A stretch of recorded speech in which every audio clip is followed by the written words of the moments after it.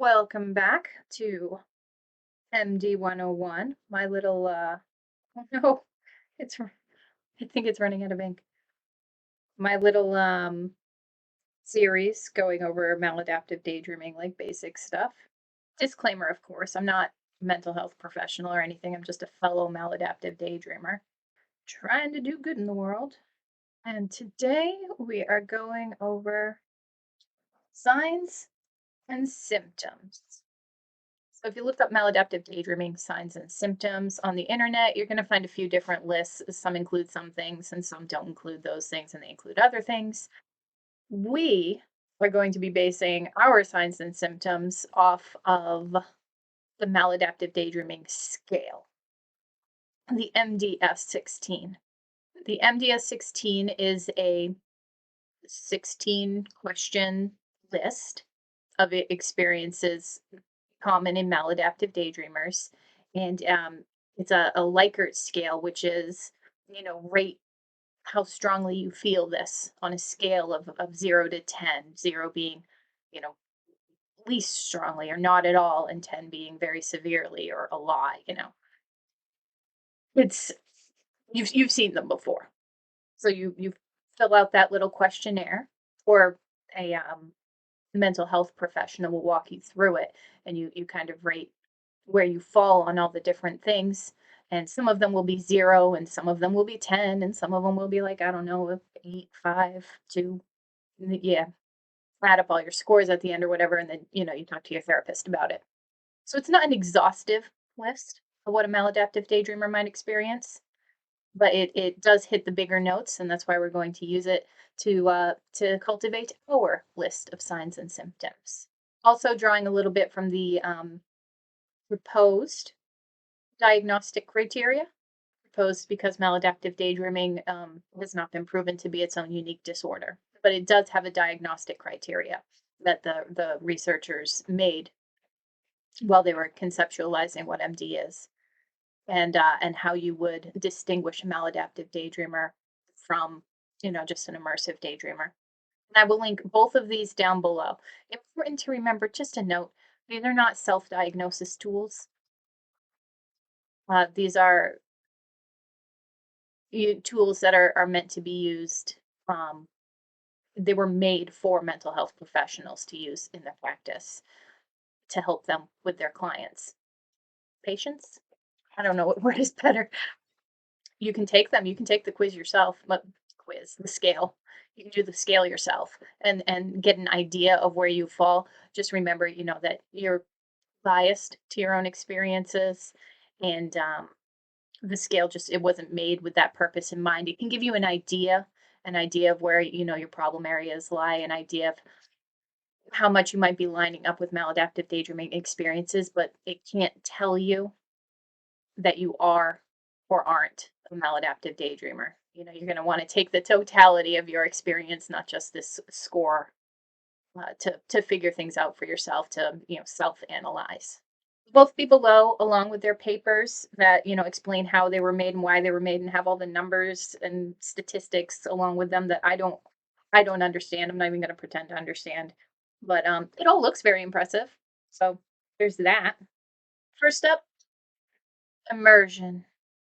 We've talked about immersion in a couple of the previous episodes, but just to reiterate, when researchers started talking to self-identified maladaptive daydreamers, a lot of what they were hearing was virtually everyone told them that this behavior began in childhood, very often early childhood. It is not uncommon, to see people say things like, I've done this my entire life. I've been doing it since the age of 3. I've done it for as long as I can remember, and things to that effect. And they're not exaggerating. My earliest memory of maladaptive daydreaming is around the age of 5. And I know it's around the age of 5 because we moved a lot, and I remember which house I was in when it happened. So I can definitely pinpoint it wasn't after the age of 5 because we don't live there anymore. And it's hard to remember things from before that age, like just the way the brain works, the memory doesn't solidify in that way. You don't have more than like one or two memories from very early childhood. That's not particularly normal. There are some people who have better memories of that far back, but that's a lot more rare. So maybe I did do it before the age of 5 and just have no memory of it.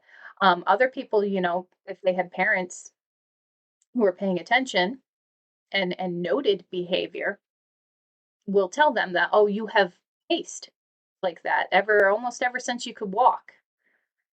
And they kind of put two and two together, that pacing behavior, which has always been associated with their daydreaming.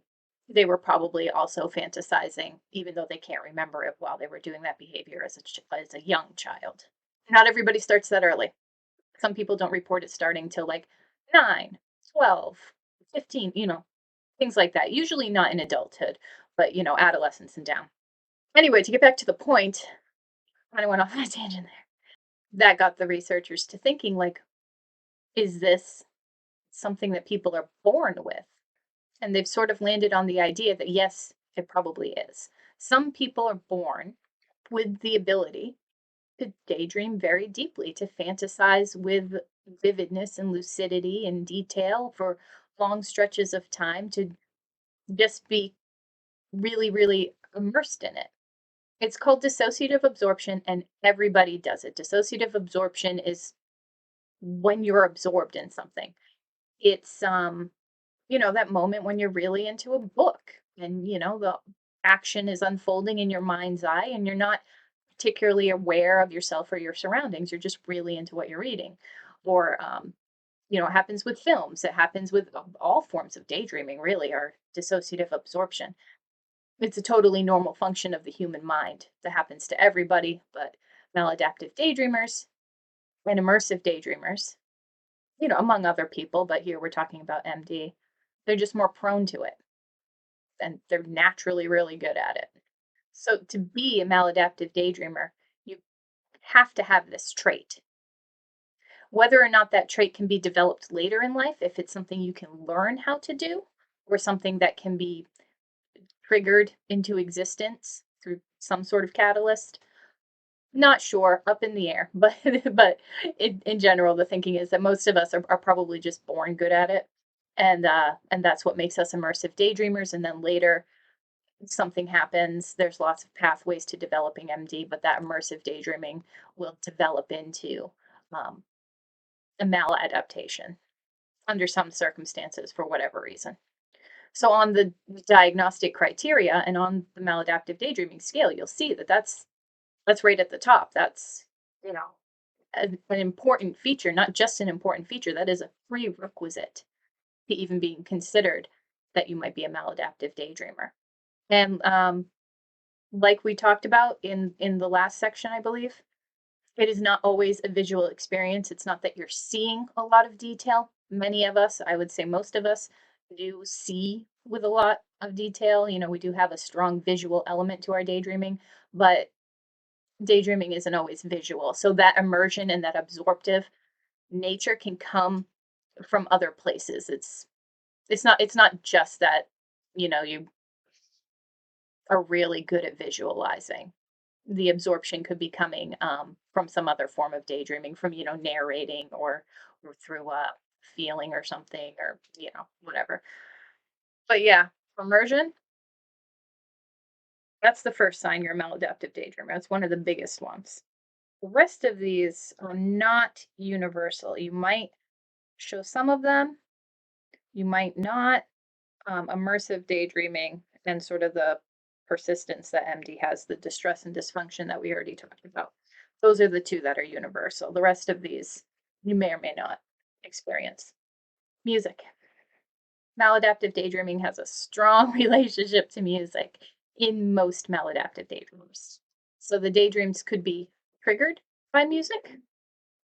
That's a really strong one for me. If I hear music, I'm going to start daydreaming, even if it's just ambient music in like the grocery store. It could be maintained by music. When you're listening to music, you will daydream longer than if you are not listening to music. There's an element to the soundtrack that just lets you go longer, lets you block out the external world a bit better. And so you can go on these big binges. And I remember just from my personal experience, having my headphones on for hours and hours and hours all night, I would sleep in my headphones. I did some damage to my ears. Got to watch out for that. Or they could be enhanced by music. So you can daydream without music.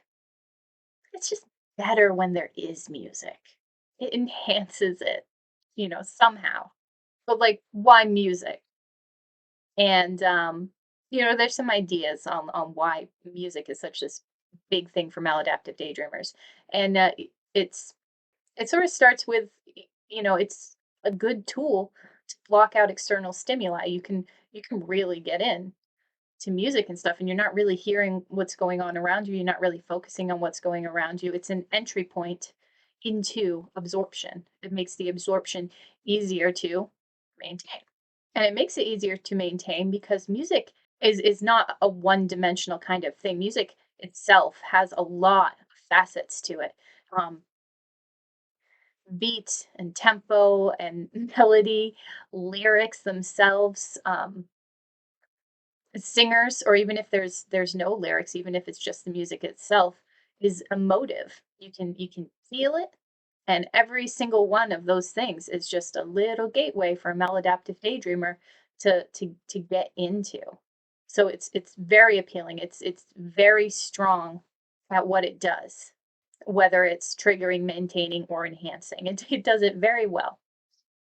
There are some maladaptive daydreamers who don't use music, and there are some maladaptive daydreamers who actually find the opposite. They find that music disrupts their daydreams, and they can't really daydream with music playing because it distracts them.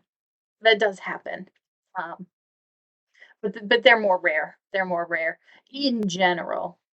The stereotype of the maladaptive daydreamer, I guess, would be that they constantly need their music. Like give an MD or panic attack, hide their headphones. Don't do that. It's mean. Movement. It's actually pretty similar to the music. It triggers, enhances, or maintains. So this is a repetitive movement. The most common one is pacing. But it can actually be any kind of repetitive movement. There's, swingers and jumpers and spinners and tossers and wigglers and foot bouncers. Whatever it is, it's repetitive. You got to watch out for this one because it can give you some physical issues. We don't want pacers ruining their knees, you know, or like hand movement people and get arthritis in your wrist or something. Because when somebody daydreams like this, I mean, if your maladaptive daydreaming is severe enough, it won't just be a few minutes every day. It'll be these stretches of time, long periods of time where you're just doing the same thing over and over and over. And just like if you're a working data entry or something, you're just typing all day. You got to watch out for carpal tunnel. People who have movements, just be aware, be aware. Get some good shoes. But why? Why do we pace or rock or whatever? Because it facilitates absorption. It's a way to kind of to block out external stimuli. When you have your body engaged in something like this, you're you're not really taking in, you're dulling the things around you, so it's easier to get internally absorbed. And it's not completely absent. Like your mind is not completely absent. If you're a pacer and you're walking around, you can walk around a chair. You're not going to just walk into it. There's still a level of awareness right there on the edge of your consciousness, but you might not, hear someone calling your name or something. And the researchers actually explained it in one of the papers. I can't remember which one, but they were like, think about shaman. Shaman often enter trance over a variety of different cultures through the use of movement and music. They'll dance themselves into trance to the sound of a drum beat. And that's basically what the researchers think is happening when maladaptive daydreamers employ this really powerful music movement combo. Is they're putting themselves into, I don't I don't want to say a trance, but kind of like a trance and into a semi-trance like state where they can really double down on being absorbed internally. And because maladaptive daydreaming starts so young in a lot of us, people don't really know why they're pacing. It's just something, from your perspective that you've always done, but you can never really pinpoint the reason, and it's because you just sort of accidentally discovered it in early childhood. It's just so long ago that you forgot the first time you noticed it, or maybe you didn't even notice it. It's just one of those things you kind of stumble across and forget the origin of. There's actually two kinds of movement in maladaptive daydreaming. So the first one was repetitive movements, and the second one is sympathetic movements. Sympathetic movements are you reacting to what is going on in your head, like physically. So this is where the actors would fall. There are maladaptive daydreamers who, instead of having like this pacing or rocking or swinging action, will actually act out their daydreams, say all the words out loud, and make all the gestures that they are making in the daydream. And maybe they'll make the gestures of their other characters. I'm not really sure. I hope there's an actor out there. If there's an actor out there, put it in like the comments. Do they act out all the other characters too, or just their self character? I'm gonna guess that it's split. I'm gonna guess some just act out their parts and others act out all of the parts. Probably should have looked that up before I did this video, but whatever, that's why we have a community. Somebody will let me know. But it doesn't always take the form of like full on acting out scenes and stuff. More often, it's actually just like making weird faces, like smiling to yourself because something funny is happening, giggling a little, making a grossed out face, like, if something gross is happening, crying. People will cry because of their daydreams, because you are crying in your daydream, or because you're crying sympathetically with a character, or even just because the emotion of the scene moved you to tears. And it can also be, like, trigger vocal noises, like whispering and stuff. Like, you might sort of under your breath whisper like a line, or move your mouth like you're saying something that the characters are saying. You'll just be like,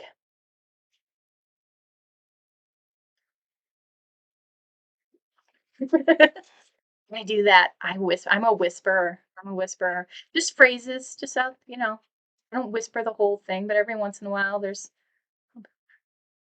you know, your mind's completely absorbed in this little alternate reality. And the brain is the brain, and it's gonna do brain things. So if you're thinking really hard about throwing a rock at somebody, your arm might twitch. Daydream when you're bored. People daydream during a lot of emotions and things. But I guess this particular one, it's not just bored. It actually, I should have wrote it down. It comes with when distressed or bored. There we go. Um, so here, yeah, the maladaptive daydreamer is using their daydreams, as a sort of self-soothing kind of thing. And we've kind of set our brains that, like, these fantasies are our go-to. So if you're feeling, listless or something, your, I guess, sort of natural reaction would be to fall back on your fantasy habit. And solitude. It's harder to daydream with other people around. They want things from you. They make judgments on you. They distract you. Like, daydreaming's a lot better alone. It just is. So daydreams will intensify when you're alone. And this can actually spiral into a self-imposed isolation. You crave the solitude. You want to get away from people to daydream, and that just puts distance between you and other people. And then you feel bad that, like, everybody's going out except me. I'm home alone, bored, maybe a bit distressed because I'm being left behind. So you daydream more. You fill that time with your daydreaming, which puts more distance between you and other people until all your social networks have crumbled around you. And this doesn't mean that you can't daydream in the presence of others. I daydream in front of other people all the time. I can daydream while somebody's actively speaking to me and I am having a conversation with them. Just kind of flip on that autopilot switch. Mhm. Oh, yeah, that's cool. Yeah. Mhm. But you can't go as deep or as long when, somebody's, like, right there. Maladaptive daydreamers get annoyed when they're interrupted. Annoyed is a gentle way of putting it. I guess some people probably only get a bit annoyed. Some people get angry, really irritated. And this speaks to the power that these daydreams have over us, the investment that we put into them, and the connection that we have to them, and also the feeling that we get from them. It's a good feeling coming into reality. Whether you're crashing or not, even if it's not a full blown daydream crash, like you're still like, it's a stark difference. And if you happen to not be a maladaptive daydreamer, just think of it like this: like you're watching your favorite show, right? Game of Thrones is on tonight or whatever that new one is, the House of the Dragon, right? That's a thing people love right now. And there's a new episode on and you're watching it, and then somebody comes in and just unplugs the goddamn TV. You'd be kind of pissed. Even though it's on streaming and you can just turn it back on whenever you feel like it, you're still not going to have a very pleasant reaction to that. And now imagine you're a maladaptive daydreamer and that show is playing all the time and it is constantly being unplugged. Well, first, you might be irritated, and then you might get angry and resentful, and pulls that plug and keeps that plug, cuts it or something. I don't know. Kind of losing grasp of my metaphor here. A maladaptive daydreamer would be full on distressed if that happened. You might be pissed about being unplugged for a few minutes, but if a maladaptive daydreamer is prevented from returning to their daydreams for a fairly significant length of time, and that's going to be different for all daydreamers. For some, that may be a shorter period. For some, you can probably go a pretty long time. But eventually, those, I don't want to call it withdrawal, but basically withdrawal type symptoms, they will seep in. And people report a lot of yeah, negative feelings and emotions surrounding that. We often call this the crash. And there can be a sense of urgency to return to the daydream, but you just can't. It's like having something really important that you were supposed to do today. You know it was today. It was important, but you can't remember what it was. You forgot to write it down and you're missing something that you should be doing. Like it's that kind of buzz in your body and your mind that you need to get back to it. And some people report actual physical symptoms, headaches and things like that. And that's the kind of power these fantasies have over a maladaptive daydreamer. That is not normal for someone who just engages in regular daydreaming. They're not going to get angry because they were interrupted. They might be a little annoyed that you interrupted them, but they shouldn't be getting really angry. And even if they do get angry, if it's a one-off thing, it happens. You interrupted something really good they had going with the hot barista, but they're not going to feel that kind of urge and urgency and distress to really get back to that daydream. My laptop battery is getting kind of low. I hope I can finish this. Preference. I'm actually not confident I spelled that correctly. Maladaptive daydreamers report that they would prefer to daydream than do anything else. Attend to their academics, attend to their social networks, their friends, their family, attend to their, jobs or hobbies, anything like that. Maladaptive daydreamers tend to want to daydream, and it is engaging and fulfilling enough in their life that they would rather do it over other things. They will put their jobs, their education, and their relationships in jeopardy to daydream. I remember talking to a researcher one time. I was participating in a study on maladaptive daydreaming. There was like an interview, and he asked me, this question because he was walking me through the maladaptive daydreaming scale, and I laughed at him. I was like, "Yeah, but doesn't everybody?" And he was just like trying to be nice, but he's just like, "No, no, some people prefer to spend time with with their friends." Like, "Oh, right, yeah. I bet some people do." Oh, it was so how far I've come. That was my My initial reaction was to laugh at him. I'm sorry, this particular one, like, I feel like I put in way too much of my personal experience into this episode. Whatever, it's my video. Don't tell me what to do. Another thing that researchers found when they were talking to maladaptive daydreamers is that most of them, even before knowing what maladaptive daydreaming was, even before they had heard those words, had tried to stop daydreaming. They recognized in their lives that something wasn't quite right.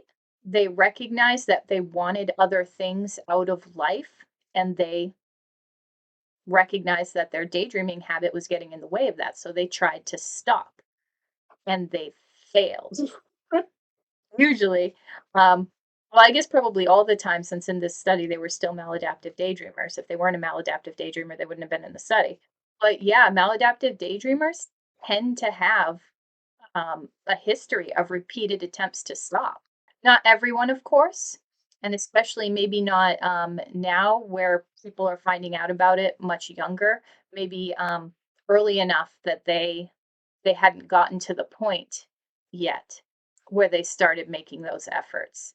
Because there isn't, yet an official treatment protocol, since information is kind of scattered and awareness, even among professionals, is still fairly low. Even with professional support, it might take a while to find what works. There might, be some failed attempts in the beginning, and especially if you're going it alone, unless you know yourself really well and you're really dedicated and understanding the healing process. There's gonna be some false starts. There's gonna be some false starts. But this is a sign of a maladaptive daydreamer, yeah. That they've tried to stop. Whether they were successful or not, they it leans back on that recognition. They're recognizing that something is in the way of what they actually want to achieve. And the last one we're gonna go over is the urge on waking. This one kind of ties back to being annoyed when you're interrupted. These are both signs of addiction, really signs of, some sort of withdrawal type feeling. Um, well, I mean, the interruption is like a sign of, a withdrawal type feeling, but the urge to continue immediately upon waking, that's a sign of like addiction in the way that the withdrawal thing, you know what I'm talking about. So yeah, people experience an addiction, a behavioral addiction in the case of maladaptive daydreaming, not like a substance. They have urges, throughout the day. You'll get cravings. And a super common one is to immediately have that craving upon waking. That happens to maladaptive daydreamers as well. The first thing you do in the morning when you wake up is daydream. It's usually the last thing you do before you go to sleep at night. You fall asleep to your daydreams. I definitely do it. A lot of other people do too. It's common enough to be like on the measures of what a maladaptive daydreamer is. Won't happen to everyone again. Not everybody's going to have all of these signs and symptoms, but these were all the common ones. The common ones that that researchers really tend to focus on when they're weeding out the maladaptive daydreamers from the immersive daydreamers from the normal daydreamers. Uh, and immersive daydreamers will have a lot of these signs and symptoms too, just because maladaptive daydreamers are immersive daydreamers, because immersive daydreaming is a prerequisite to maladaptive daydreaming. So so remember what the important ones are, right? They're immersion and distress and dysfunction. Obviously, we're all going to have the immersion, and then we're going to have a little mixed bag of all these other ones. But the distress and the dysfunction, that's the one that's going to set the MDers apart. If you don't have that, if your daydreaming is a positive influence on your life, you don't have to label yourself as maladapted or disordered or addicted or anything like that. Okay, you're probably fine. You're just an immersive daydreamer. It's okay. I don't want people to think that we're just pathologizing daydreaming itself. And we're not even pathologizing excessive or absorptive daydreaming. It's just this one little part, this one little subset that experiences the distress and dysfunction. Everybody else, you're okay. Daydreaming itself is not. Not even if you're doing it a crazy amount or like crazy vividly. It might not be perfectly typical, but that doesn't mean it's disordered, okay? I really want to make that clear because I'm sure there's a lot of people out there going, I do all this. So we're going to call daydreaming a disorder now. Like, I don't know. I don't know if it's a disorder. Research will figure that out. I really don't care if it's a disorder. What I want is that when people who are experiencing a negative impact, when they want support and help, when they go to a therapist and they say, I'm having a problem, that that therapist takes them seriously. That's all we want. That's all we want. Beyond that, it doesn't really matter, right? But enough people get the brush off, they get laughed at and say, oh, that's perfectly normal. You're just creative. You just stop daydreaming, just do this other thing. And that's really hard for them. Like we just saw, maladaptive daydreamers make repeated efforts to do that. They keep failing and it just causes further distress. So, yeah, if you relate to a lot of these signs and symptoms, that's okay. It doesn't mean you're disordered. Just excessive or immersive daydreamers will also really, even typical daydreamers will relate to some of these signs and symptoms. So if it's not a problem for you, it's not a problem for you. Don't you don't have to think of it as a problem for you. But if it is, it is. So I kind of trailed off there. So I'll see you in the next video, which will be um, on how to deal with MD. I guess that's the next section of our little booklet. So we'll do that. All right. And I will see you eventually.